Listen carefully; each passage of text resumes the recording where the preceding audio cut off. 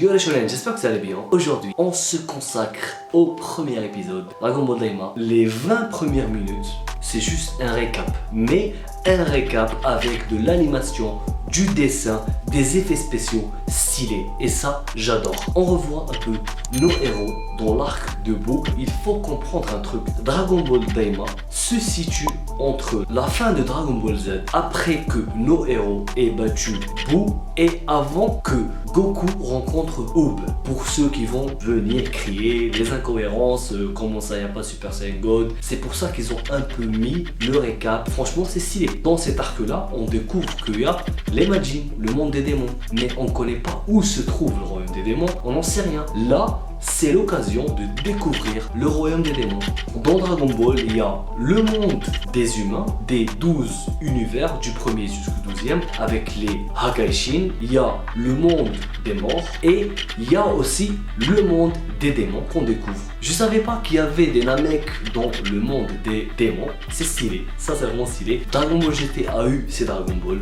Dragon Ball Super a eu ses Dragon Ball. Donc, pourquoi pas Dragon Ball Daima aussi a eu ces Dragon Ball qui sont un peu grandes, elles font la taille d'une statue. L'introduction de ces Dragon Ball est très intéressante parce que nos héros sont victimes d'un sort jeté par les Dragon Ball et ils vont peut-être avoir besoin des Dragon Ball du monde des démons pour retrouver leur apparence normale. Et ça, c'est intéressant. De toutes les manières, c'est la seule explication logique. Même les robots qui les gardent, ils sont stylés. Bon, on va parler de Goma, le nouveau roi de l'univers des démons. Déjà, c'est un personnage toriyamesque.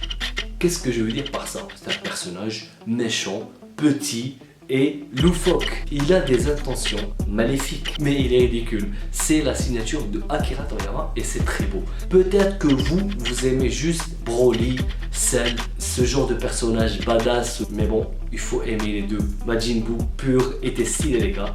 Il était enfantin, diablotin, mais il était beau.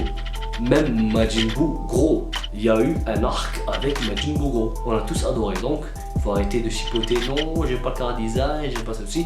Par contre, le Shin, enfin le Kaioshin, l'apprenti Kaioshin, c'est le frère de Shin et ça c'est intéressant. Ça rajoute des trucs au background de Shin, au background de Dragon Ball. Ça enrichit un peu l'histoire de Dragon Ball. Il faut comprendre un truc, c'est que Dragon Ball c'est un monde ultra étendu et à chaque fois qu'il rajoute des explications, c'est tout beau. C'est magnifique pour nous, on en prend plein à la gueule. L'animation j'ai adoré le petit combat Goku contre Vegeta, quelques pichenettes, quelques échanges de coups, mais c'était beau quand même. Mais moi j'ai beaucoup plus envie de me concentrer sur Goma et l'autre Kaioshin, le frère de Shin. Il pète le flow les gars, franchement, dites-le moi dans les commentaires. Il a pas un petit flow à la Tapion quand même, mais ça a l'air d'être un loser. Déjà ils sont choc-barre de Dabra. Quand ils voient que Dabra est mort, ils sont contents, donc ça veut dire qu'ils sont faibles. Ils sont à peu près niveau Super Saiyan 1 ou bien Super Saiyan 2 très faible. Le Son Gohan qui s'est pas entraîné. Ce Son Gohan là, il a fait match nul face à Dabra, donc ils sont plus faibles qu'un Super Saiyan 2. Si le frère de Kaioshin était capable de devenir Kaio, il le serait devenu. Il ne l'est pas devenu, donc ça veut dire qu'il est faible. Aussi, on voit la sœur de Kaioshin qui est Doctorine quand même. Elle a son importance, elle est en train de créer un truc. J'espère qu'on va découvrir ce qu'elle va créer dans les prochains épisodes. Le premier épisode de Dragon Ball Daima, c'est Goma et le frère de Shin qui regardent l'arc Buu. Peut-être que s'ils avaient regardé Dragon Ball Super, ils ne seraient pas venus chercher des noises. Ce qui m'a aussi plu, c'est les explications qu'ils ont apportées avec les Potara. Quand tu entres dans Buu, tu défusionnes. Il y a un gaz spécial à l'intérieur de Buu qui agit contre la fusion des Potara. Et ça, c'est très bien amené. Personne ne s'est posé la question comment Shin et Kibito ont défusionné. Parce que dans Dragon Ball Z, ils ont affirmé que si deux Kaioshin fusionnaient avec les Potara, ils ne pourraient jamais, au grand jamais, rompre la fusion. Dans Dragon Ball Super, on les voit défusionner. Et personne ne s'est posé la question. Mais là, ils nous l'ont mis sur un plateau d'or. Mais il y a quand même une petite incohérence les gars. Je veux bien croire que si tu veux défusionner avec les Potara, tu dois entrer à l'intérieur de Buu. Comment se fait-il que dans Dragon Ball Super, Goku et Vegeta qui fusionnent avec les Potara, l'arc Black Goku, et qu'ils défusionnent, ça crée une petite incohérence. ça éclaire un truc et ça crée une incohérence avec Dragon Ball Super. Aussi, j'adore le fait qu'ils expliquent que tous les personnages qui ont les oreilles pointues viennent du monde des démons. Donc même Pilaf vient du monde des démons. Pourquoi je dis ça? Parce que quand ils ont vu Goku, Vegeta se battre, ils se sont dit ils ne peuvent pas être de simples terriens. Peut-être qu'ils viennent du royaume des démons. Mais le frère de Shin, il a confirmé que non, ils ne peuvent pas venir du royaume des démons parce qu'ils n'ont pas les oreilles pointues. Et quand ils ont vu Mister Popo et Dende, ils se sont dit les mecs ils ont les oreilles pointues donc ils viennent du monde des démons. C'est vrai que ça apporte un truc, mais il faut prendre ça avec des pincettes. On peut pas juste jouer, jongler comme ça et apporter n'importe quelle explication juste comme ça, parce que cette explication elle peut créer des incohérences. On a vu que tous les personnages sont devenus plus jeunes. Goten et Trunks sont devenus bébés. Plusieurs personnes qui ont ragé, qui ont dit c'est une incohérence, ça peut pas se faire. Si Goku qui a 40 balais et Vegeta plus ils sont devenus des gamins, alors Goten et Trunks, je sais pas, ils ont 6, 7 ans, 8 ans, max, grand max, ils devraient disparaître. Ils ont expliqué ça. Quand Goma a formulé son vœu à Shenron lui a demandé de préciser à quel point tu as envie que je les rajeunisse. Aussi, la manière dont le Namek, comment a-t-il fait pour attirer les Dragon Ball à lui, il est très puissant les gars. Faut pas sous-estimer les Namek. Il y a aussi une explication à mener dans cet épisode, c'est que les Dragon Ball sont créés à l'aide de magie. Dende, Dieu, le Namek qui a créé Porunga, ils ont tous utilisé de la magie. Qui plus est, il y a deux sortes de magie. Il y a la magie blanche et la magie noire. C'est devenu Harry Potter les gars.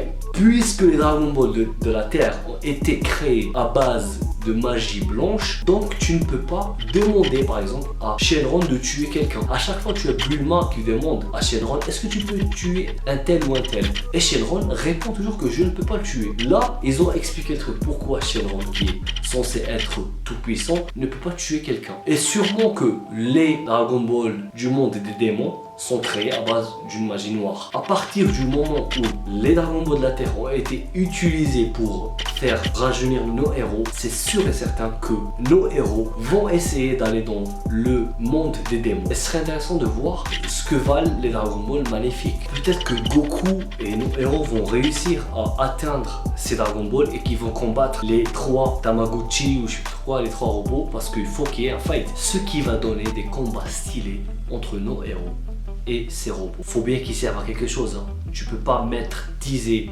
des personnages, tu dis ils sont ultra balèzes, après ils vont pas combattre. C'est sûr qu'ils vont combattre pour les Dragon Ball. Et peut-être que nos héros vont réussir à utiliser les Dragon Ball maléfiques qui vont aussi avoir une répercussion parce qu'ils ont été créés à partir d'une magie noire. Apparemment, il y a un artefact ou bien une artefact que Goma recherche, c'est le diadème du père de Dabra, l'ancien roi des démons, qui apparemment, si tu la portes, tu deviens surpuissant. Et à la manière avec laquelle il était en train d'en parler, elle pourrait être peut-être plus puissante qu'un Végéto. Parce que faut savoir qu'ils ont vu Végéto combattre. Et Végéto était le personnage le plus puissant de ton Dragon Ball Z. Ça pourrait peut-être donner une fusion Goku, Vegeta et faire un Gogeta et clore le débat Gogeta Végéto. Parce que si Végéto arrive à battre Goma avec le diadème et que Goma soit plus puissant que Végéto, ce qui voudrait dire par A plus B que Gogeta est plus fort que Végéto. Aussi, il y a le dernier vœu qui normalement doit être accordé à Degusu, le frère de Shin. Quel vœu va-t-il faire? Est-ce qu'il va faire le vœu de devenir plus puissant? Si c'est juste la quête de puissance, ce ne serait pas intéressant par rapport à ce personnage, parce que à chaque fois, on n'a que des personnages qui veulent devenir puissants. Apparemment, Degusu convoite la place de Shin.